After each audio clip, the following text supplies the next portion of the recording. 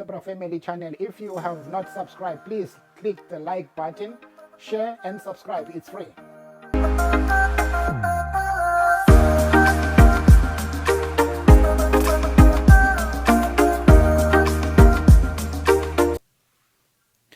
Good morning, good afternoon, and good evening, wherever you are around the world. I just want to look at this court of Rata in the sense of Mayiwa case. Do we think Senzo Mayiwa's parents will get, or the family will get closure on what really happened? How did Senzo died? Who killed Senzo? Why I want to talk about this today? I want us to look at the advocates that are there. And I want us to look at the prosecutors. And I want us to look at the records of Pinky and the records of Stain. Are they of that importance in this trial? Let me just take everybody to look at how the scene, the crime of sin was constructed by investigators, because it's where the root of the case is. The root of the case is whereby Senzo was killed, because all the DNA and everything has to end up people who were there. Those are the people. Cell phones of the people who were in the house, and whoever they say they were intruders and all this. That is where we start to look at, we start to build a case. I will give a good example. If you want to build a house, you start by clearing the place. If there are stones, there are trees, you cut them off, level the place, then start to dig the ground. You want to construct a house that has got a strong foundation that will hold the roof and the walls.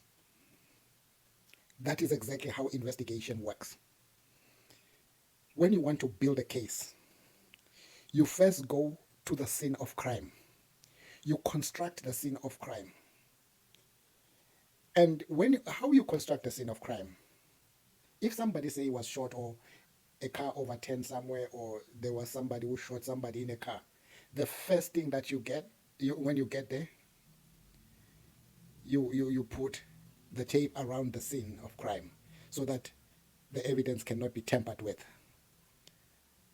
Then you start to get the pieces of it. You try to construct and understand how this person has been killed. If there were people there, you come with your team of investigators, you pull this one there, the other one is asking that one, the other one is asking that one. You want to see the evidence. We're still talking about the scene of crime. We are not yet in court. We're building a case here. When we construct the scene of crime, we make sure we tape the whole scene. Then we start to get all the people who were around there, who were inside, or neighbors, and we start getting some kind of information. Because when you come, because with investigation, it's not about one person. Because there's one who's going to do fingerprints, there's one who's going to take pictures, there's one who's going to put the small things whereby, okay, if they find a piece of evidence, they'll put a mark there so that they can take a picture of where they got that piece of evidence. Then you keep doing that everywhere. Then you bring those people where you don't allow anybody to go inside the house. If it was a house like in Senzo, nobody can go in and tamper with that scene of crime. You make sure you don't allow anybody into the house. Like in Senzo's case, they took Senzo, after Senzo was shot, they took Senzo to hospital, and they came, and police were there. They came in the scene, they never taped the scene, they ran to the hospital. Instead of police, once they get to the scene of crime, because it's not only one police, if they wanted to rush to the hospital and see exactly what happened or get some kind of information, but they should have taped the scene and left somebody to watch everything in the scene. That's a scene of crime. Not this case that today we are listening. Today, what we are getting from this court, it's not about Senzo Mayiwa's case. It's about cell phones, data, everything. That's why when you see Mgomezulu not entertaining this kind of nonsense, Mgomezulu it's hard for him to even take notes, but he listens. Whoever PA is with Mngomezulu do take notes. But exactly, Mngomezulu has already, to my understanding, he got the whole information. He's letting them because he can't stop them. They're doing whatever they are doing now, bringing everybody. Mngomezulu, when he start to talk, according to my understanding, as far as I have understood Mngomezulu's line of questioning, he's not going to go to the cell phone things and all these kind of things. He knows exactly who he wants to question, because now those people are still building their own case of cell phone and everything. There is nowhere in the world, I'm talking about in the world, experienced detectives or investigators, or not even an investigator, first thing when you get arrested, they want to know what weapons you have in your pocket, what do you have. First thing, once they handcuffed you, they will check your pockets and everything. They cannot let you in with your cell phone, with your knife into it, because that can pose danger. So now what we are seeing now, because according to my understanding, there are people who are being protected that are not supposed to be arrested. And these people who are not supposed to be arrested, I think they're high profile people. So what really happened with Ntanzi's cell phone, according to my understanding, they took Ntanzi's cell phone because they had intention to build a case for Ntanzi. They were doing all these kind of calls to Ntanzi, using Ntanzi's phone, because you can't tell me Ntanzi's been. Where was he charging the phone? How much airtime he was having in his phone for all these days that he was keeping his phone with him? How was it? Because you cannot, for a man, maybe woman, because they have these small bags with them. They walk around with bags. They put a lot of things, because women, they carry things just to keep themselves clean, and sometimes makeup and everything. When they go in the washroom, they make sure they make up themselves. They look fresh. They look. But for a man, the men, they don't do that. It's hard for a man to go with a charger. Where was Danzi charging his phone? All this time he's been investigated, taken up and down everywhere. Nobody saw that Ntanzi was having a phone in his pocket. Let us stop being played by Kininda and Rata. This is clean and it's clear to anybody. There is no case. As much as Mngomezulu, that I told them that you guys, you've got no case here and you are building up, you are fabricating evidence. Stop what you are doing. And they hate Mngomezulu. That's why Rata has got a serious problem when it comes to Mngomezulu and Mshololo. Rata has a serious problem. Because now we see Rata is quiet, he's not saying anything, but he is trying to provoke Mngomezulu. I've seen him trying it many times. When Mngomezulu, he gets there, sit down and forget about it. He's waiting for his time to come, whereby he will call the people who he wants to question about Senzo's case. Because now we are not in Senzo's case. We are on cell phones. 2020, Senzo died in 2014. He was killed in 2014, 2013. It's when he was killed, not now. You're talking about evidence, changing of numbers of cell phone or whatever. Stain now is changing numbers because Pinky has said this. You just don't get it. Good people, let's try to understand this case. This case is bigger than any other person, but it needs a neutral person who thinks straight like Mngomezulu. Mngomezulu is ready for the case and his life is in danger, but he is ready for the case and he will deal with this case. No, Mngomezulu is not interested with this data thing that is being brought by Pinky and all this, because even those data that they are bringing, it never plays the same people who are there into the scene of crime. They are connecting them that they know each other. What is going to do with the case? Where are the people who were in the house? Let's look at that way. Where are the people who were in the house? Those are the people we should be questioning. Where is the 205 of these people? Their cell phone, what communication? Because Kelly's phones, we hear that there's something that is very strange. When it comes to the Twala's phones, when they were reading that data thing there, they just said it and they passed it. They didn't want to stay there and understand what was the movement of Longwe Twala, because Longwe Twala was in the scene of crime. But nobody wanted to know. But I believe Mngomezulu, when it comes to Longwe Twala, Pinky, when he's being questioned, Ngomezulu will stick too much on Longotwala, the movement of Longotwala. Wherever, because the prosecutor didn't want to do that. They are trying to build a case that is not there for Ntanzi and accused number one. Because the really person they are looking for is Ntanzi. Because I don't know what is it that is so bad about Ntanzi, why they hate Ntanzi so much. They said he had a gold tooth. It was proven he's never had a gold tooth. They said he's got a tattoo. He's never had it. There's a lot of things that have said about Ntanzi that were not there. You name those things they just said about Ntanzi. Whatever happened to Ntanzi is really painful.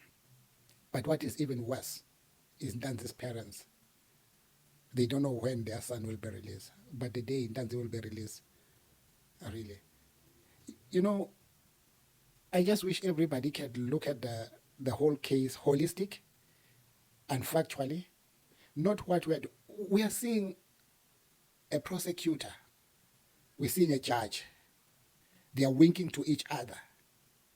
What kind of a judge is Rata that every time he keep winking for a prosecutor, winking for witnesses, Gininda and all this?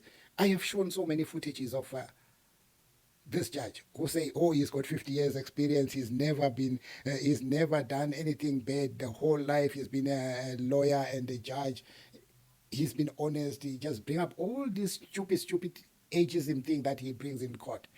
I don't understand. Kanti sikuphi ngempela kule ndaba yenkantolo le? Kanti umthetho usebenza kanjani? Hayibo. Because if we look at everything that is going on in that court, there is no justice that is going on there. Time is wasted on the data thing, reading all these pieces of papers and all this, trying to build a case. Let them go and construct a case whereby the scene of crime was in the scene of crime, where crime was committed. That is where the case starts.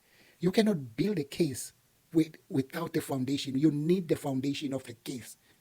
You get all these people who are there. They will give you a direction, which way to go.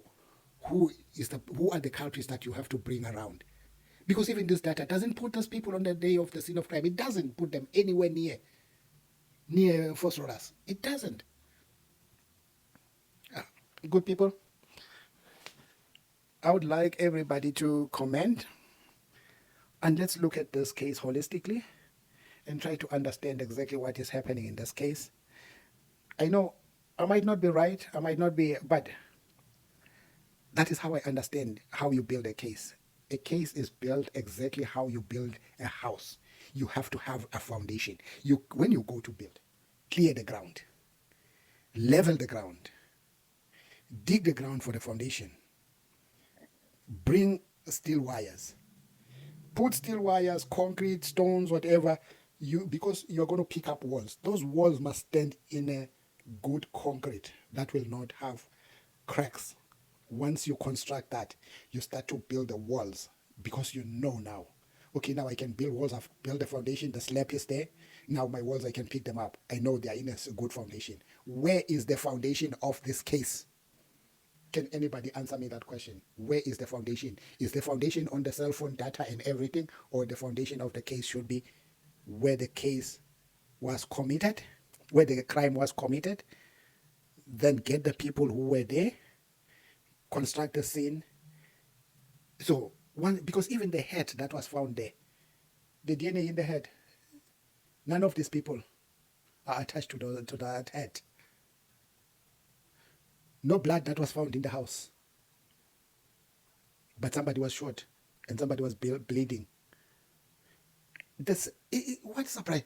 The same car that transported, because in a case like this, even that BMW, Sensor's BMW, was supposed to be inside the scene of crime, and they were supposed to investigate everything, because it's part of the evidence. People, they come from hospital, they go inside the house, they come out of the house, they are escorted by the same police, whoever was escorting them to another place. They get wherever Kelly went to sleep on that day, where they used to stay with Sensor. The police come, because it's a gated place. Police come, they talk to the security, and Kelly was called by the security, and he told them, he peeped through the window. He told them not to allow them to come in. Those are police. You have just lost somebody you love. You don't want any police to come close by you. There comes Chico Chala wants to take you for holidays. Where are we going with this case? Cell phone, uh, Senzo cell phone, SIM card changed. Who had the ID? We know the ID was with Kelly. What is this? Where is the case? Let's start. I don't know. I don't know. Good people, let me just leave it there for now, and I'll come back with this, and we'll talk about it again, and see how we can go about. Let's comment. Just put up your own opinion and tell me exactly what do you think about all this, because this is too much. I don't think we should take this nonsense that is going on in this court. We're busy listening to cell phone evidence, and all. We are not this prosecutors, Baloy, and this whoever he is, this other prosecutor there, they're not bringing the right people there. They praise it. Now that, there's something that makes me laugh. Now they have less witnesses. They don't want to bring any witness now, because now Pinky has revealed a lot of things. Everybody now is scared to come, and they know that this case is going to go down with them. So now, all of a sudden, Baloy doesn't have witnesses. In that big list that he had, now there's no more witnesses that are going to come. When he was asked how many witnesses are left, he couldn't even say it. So, because people are listening to this case, even the people who he was trying to bring, they were listening to the case to understand what is going on. Nobody wants to hang himself or herself in this kind of a case, because now it's becoming clear to each and everybody that there's something wrong here. We're going to put ourselves in a big problem. A good family, let's comment peacefully and respectfully. Ngiyanithanda nonke niyazi. Ngithanda ukuthanda olungalava. Ngithi kini bravo family.